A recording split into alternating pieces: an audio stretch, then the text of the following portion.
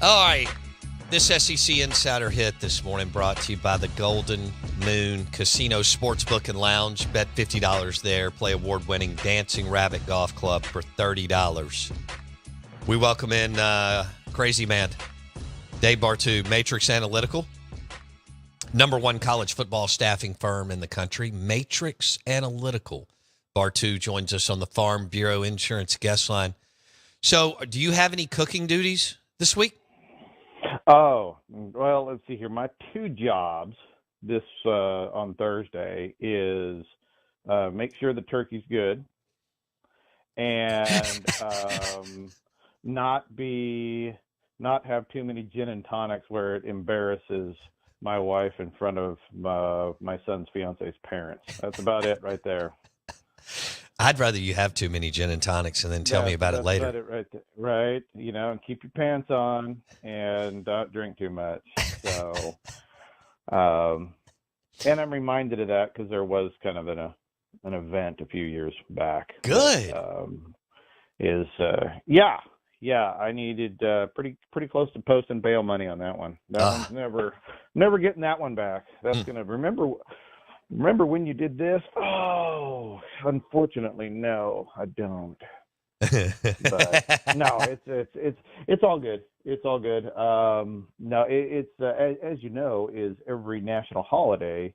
We have me and my son, we drag everything out of the house, and we have a tailgate down at the end of the drive for everybody in the neighborhood. So.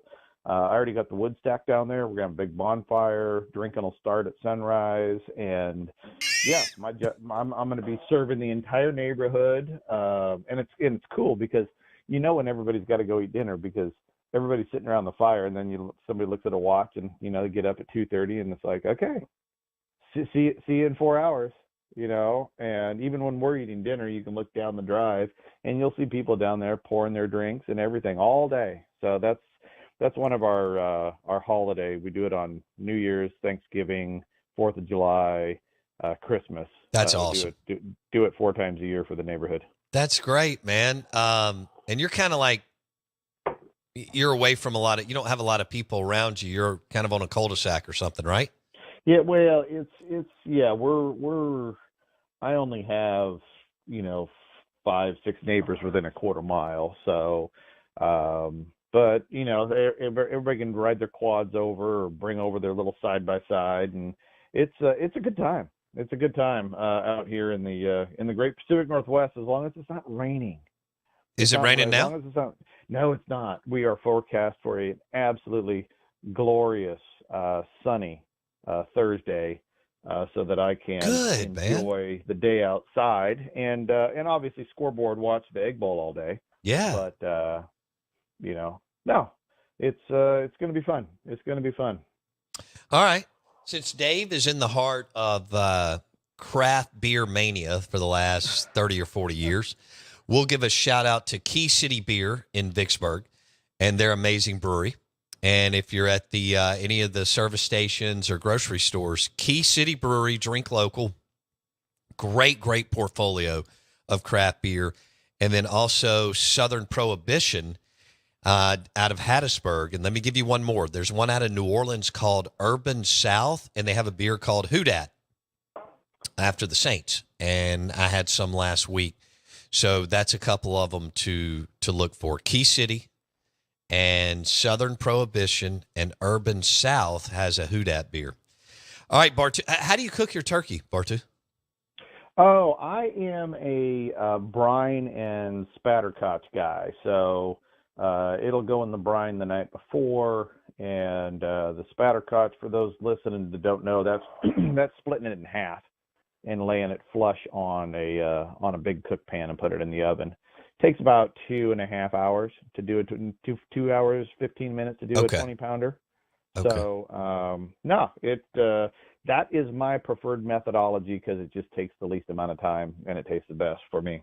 I love it. You just threw in methodology in us talking about Thanksgiving, which is perfect for you. Okay, cool.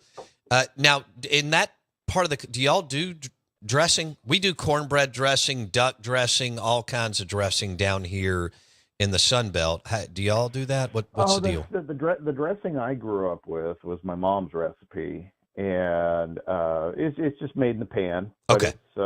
it's a bread. The predominant flavor is Italian sausage and mushrooms. Oh, So, man. yeah, so our stuffing is bread, just regular bread based, like sourdough bread cubes. So I'll bake. I've already baked the bread for it, and it's already been sliced and cubed and dried. So it'll be a homemade sourdough bread cubes, and then whatever seasonings my mom has on the recipe, my wife always makes it. And Italian sausage, celery, and mushrooms are the three main things that go in there. I love it. Bartoo. Yeah. Chef Dave Bartoo, Renaissance man. You never know. He could be doing a painting of a stadium. He could be helping a college football staff or an athletic director, or he could be cooking a turkey for Thanksgiving and celebrating at the end of his driveway with a bonfire. All right. Well, Dave, we appreciate you stopping by, buddy. Thanks, man. That was good. I think we hit everything. All right. Hold on. We did. I was up early. I had a Big 12 AD on the phone with me at 5:00 my time this morning. So, dude, I'm on my third cup of coffee already, boss. Well, dude, this is your time. I mean, this is where you're getting calls around the clock. That's for sure. Ole Miss at Mississippi State. You know that MSU fired their coach. They have an interim coach. You know that Ole Miss has an outstanding coach who's also a play caller, and Pete Golding, their DC, who you ranked in the top half of the conference too. The line is 10, and it's Ole Miss, Mississippi State. Oh, dude, I'll just take the home team. Just give me the home team. I wouldn't bet this. Come on, you got so many unknowns, and these rivalry games are just. I've always tried to poo-poo the emotion of it, but they're tough to call. I mean, I think the first time I came on the air with you, you asked me about the Egg Bowl, and that was April, and I said take Mississippi State at home. Because talent-wise, they've just never been that incredibly far apart, and the rivalry games just bring the best out in everybody. And so just take the home team on that. So I guess in that regard, I'll take State and the points at home. But goodness gracious, who knows what happens in this football game. All right. Well, let's go to the college football playoff. Yeah. All right. Tell me what did you think about the rankings and where we headed in the weekend with Florida State losing their quarterback? Well, Florida State losing their quarterback, I don't think it matters, right? Them being ranked 5, our model had Florida State at 5 on Sunday. So their resume was number 5. They got the worst strength of schedule of anybody in the top 5. They only got one top 25 win, and as of right now, and that'll change next week because Clemson's now in the top 25. But still, the resume isn't there. Now the question is, do they? And I don't know if we've had the situation where a team loses its QB1 that's in the top 4 this late and then gets penalized for it if they win out. Right? I mean, do you see Florida State dropping out of the top 4 if they go 13-0 and win the ACC with their QB2? I don't think so. Right? In fairness of what we have been told in terms of resume counts, I don't think it should change either. I think they should be there in the top 4 for that. So ultimately, what we're steamrolling towards is certainly an interesting train wreck at the end. I'll go with no non-champs getting in, number 1, without just a massive train wreck. But with Florida State, they're where they're supposed to be, and I agree with you. 13-0 gets them in at the number 4 slot. Okay. What if Bama win? They beat Auburn and Georgia. Where do they end up? Gosh, man, I don't. Again, this goes back to we got to see where everybody else is at, right?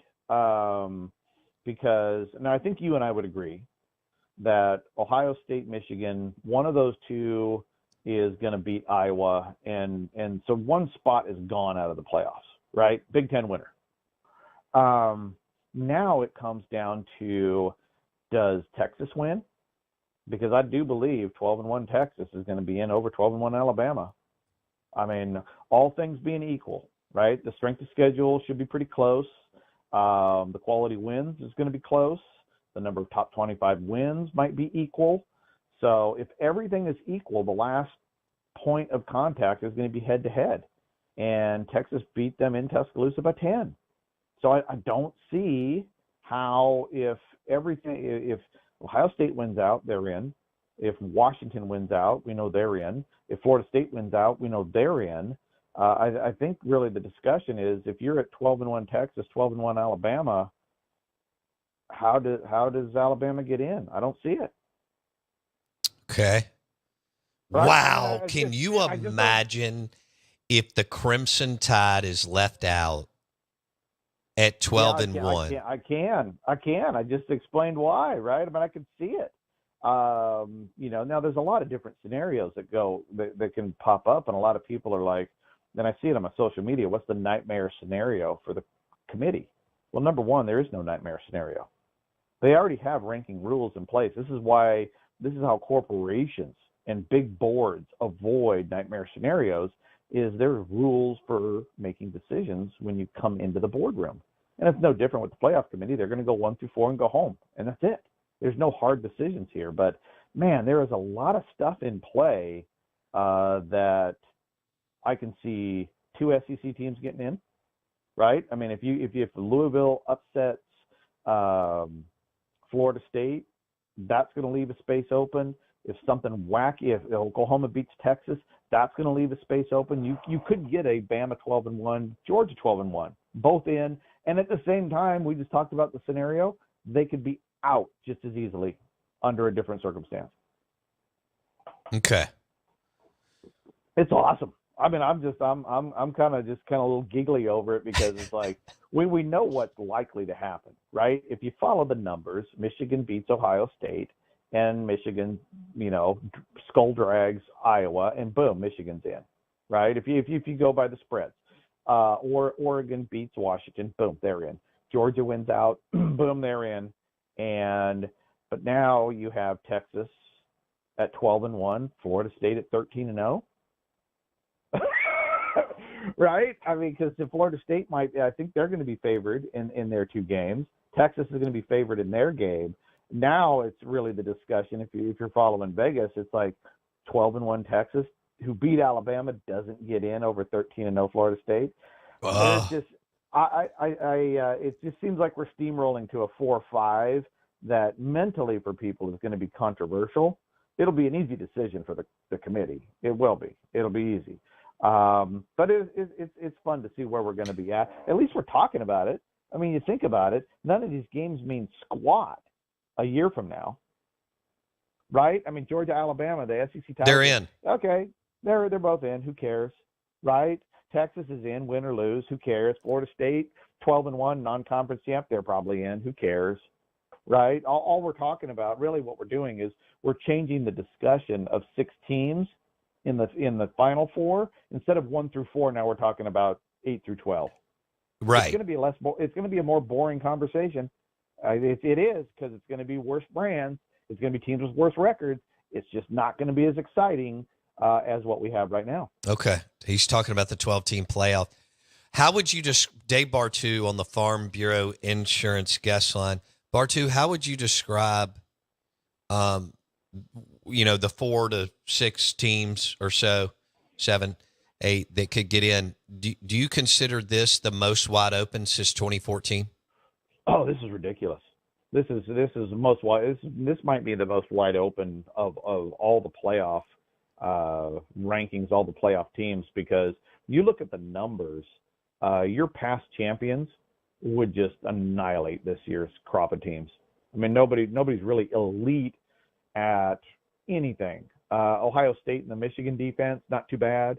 Oregon offense, pretty good, but compared to elite performances of past years, I think average scoring efficiency for the top 8 teams is down. I calculated it on Friday before the games. It was down 14% year over year. So if you're a fan out there going, man, this feels really close. I don't feel like there's an elite team. It feels like, anybody could win this thing. I wish there was 12 teams this year. Yeah, the numbers really back it up. It's just very, very even in 2023, in my opinion. Okay. And who on paper looks like, even though it's even, who on paper, according to the offensive and defensive scoring efficiency, should win it? Well, if you look over the last 23 years, all right, teams that finished the regular season in my scoring efficiency rankings, the national champ comes from the top 3 every year for the last 23 years. Okay. Now, currently defense, that's Ohio State, Michigan, Iowa, right? So I think we can agree Michigan and Ohio State, they are absolutely in the conversation. On the offensive side, it's LSU, USC, and Oregon. So we also know top 10 recruiters win national titles. That's Oregon and Ohio State. So if I had to bet on past trends being a future indicator, I'd put money on Oregon and Ohio State, all right? Georgia is obviously top 10 recruiter. Their offense right now is at number 5.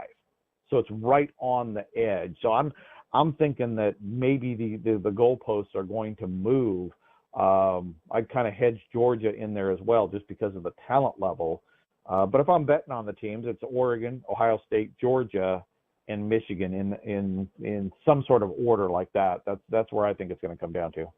Bartoo on the Out of Bounds show, and Harbaugh. What Harbaugh not coaching? That's hard for you to quantify or handicap, right?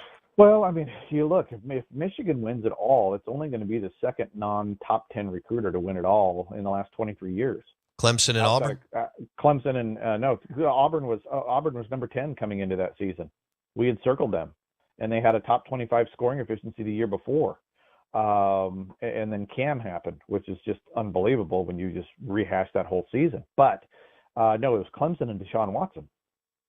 When they won it with Trevor Lawrence, they were number 9 that year. So they'd moved into the top 10. Recruiting had gone up quite a bit since that previous national title. So it was Watson and Clemson is the only non-top 10 recruiter in my numbers that I've been tracking since 2000. They're the only ones to do it. So Michigan would be the only second team to do. That's why I've always said Harbaugh would never win a national title, which is kind of stupid because who believes in never and forever and impossible? That's silly talk.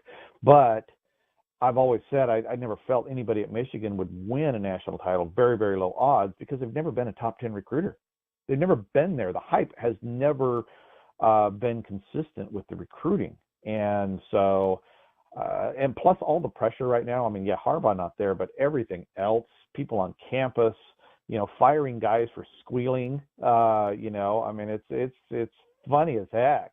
And the pressure's got to get to him. You would think at some point. That's why I still say I'll take Ohio State in the points this weekend. Hey, I did too. I took Ohio State in 3.5, and Michigan wins by 1, 2, or 3. Why wouldn't you take the points? Right? You have the number 1 defense in the country in Ohio State. You got better recruiting, better talent. You have probably more cohesion. Michigan's offense, is a lot better than Ohio State's year to date, but you're getting 3.5 points. Right? I mean, if Michigan was getting 3.5, you'd take Michigan plus 3.5. I just think the points are where you should be in that one. Ooh, okay, I like that. Okay, what about A&M and LSU? A&M with an interim coach. It's 10.5 points. It's at LSU. You just mentioned LSU is one of your top 3 offenses. They're horrendous on defense. On defense, they're 109th. How does the top 5 recruiter have the 109th defense? How does that happen? It's like me and you coaching their defense. How does that happen? Well, number one, and when we talked about this on your show preseason, okay, I said LSU is absolutely not a title contender because their defensive staff is not good. Okay, the defensive staff, DC, and all their headsets, right? The only team they ranked above to start the year was Vanderbilt in the SEC. Okay, so this is a very poor defensive staff for LSU. Matt House, to start the season, do you know who his comp is? Matt House has been a DC for 6 years, and his closest comparable, when you look at his career grade versus the next closest guy with 6 or 7 years of experience, is Alex Grinch at USC. Okay, so if you'd have said, Dave, who's LSU's defensive coordinator, who's a comparable to him, I would have said Alex Grinch at USC. So I'm surprised how bad the defense is, but I'm not surprised the defense is bad, if that makes any sense, because Sure. Their average support guy is a 2.5-star defensive support. Defensive line guys 2.5 stars, linebacker coach, DB coach. They just have a substandard defensive side of the football, man. And while I would have absolutely bet against them being this bad, what tells the story is the coaching puts them there. So I think LSU just needs a full defensive colonoscopy this year and start it all over. Who would you vote for Heisman? Oh, dang. Man, you're asking a duck, bro. That's rough. Bo Nix. That's rough, but look, but Oregon's only played one top 25 team, right? They've played 3 teams above 500. Boy, I would really have to, but Bo has a top 10 defense, and Bo has a poor defensive profile in terms of what they've faced. The Pac-12 offense is awesome. The defenses aren't that good. So now Daniels at LSU, look at the defensive support. He's had none. Field position's been bad. Oh, man. And then Michael Penix, I just love watching that guy play football. Shoot. He's awesome. Am I supposed to say Jaden Daniels just to make everybody happy, or am I supposed to say Jaden Daniels is like 5th on my list just to piss everybody off that's listening? No, say he's 5th on the list. No. I don't know where I'd put the guy. I know it's gosh, the boat's going to have to be super fractured. Let's go, if we're trying to predict it, let's go Jaden Daniels and a little East Coast bias and give it to him. Okay. Because 2/3 of the votes are going to come east of the Mississippi. Yes, they are. Yes, they are. All right, Bartoo, I hope you and your family have a great time today and tomorrow and throughout the weekend. I know the turkey will be great, and I hope the party get-together at the end of the driveway and the bonfire's awesome. It'll be fun. Happy Thanksgiving to everybody out there, and talk to you again soon, brother. Okay, buddy.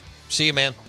Bartoo, Matrix Analytical, the #1 college football staffing firm in the country. He joined us on the Out of Bounds show and the Farm Bureau Insurance guest line. Tomorrow morning at 11:30. 2 of Jason's favorite teams, the Green Bay Packers, Detroit Lions, in the Tito's Vodka Bloody Mary game. Yeah, and Jason's going to New York. We'll get out of here for a couple of days, and then we'll be back on Monday. Enjoy the football and the food, and happy Thanksgiving to you and your family. We will see you Monday. Don't forget, if you're super bored, you can go to Apple Podcasts and or Spotify and search Out of Bounds with Bo Bounds and listen to all the craziness. See ya.